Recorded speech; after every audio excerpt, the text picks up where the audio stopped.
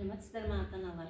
Бүгін мен сіздерге үй жағдайында балалармен ойналатын ойын түрлерін сіздерге ұсынғалы отырмын. Бірінші ойынымыздың аты қасқыр мен лақ деп аталады. Мына үйде қолжетімді құралдарды қолдана отырып, қағазды түрлі түсті қағазды пайдаланып, лақтардың суреті, балдар лақтарды қасқырдан құтқарайық. Бұл енді жетілер ертегісіне байланысты жасақталған ойын. Қасқыр келіп қалды.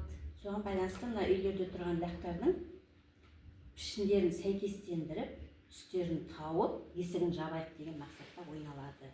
Мына төрт пішті лақтың үстіне апарып қондырамыз.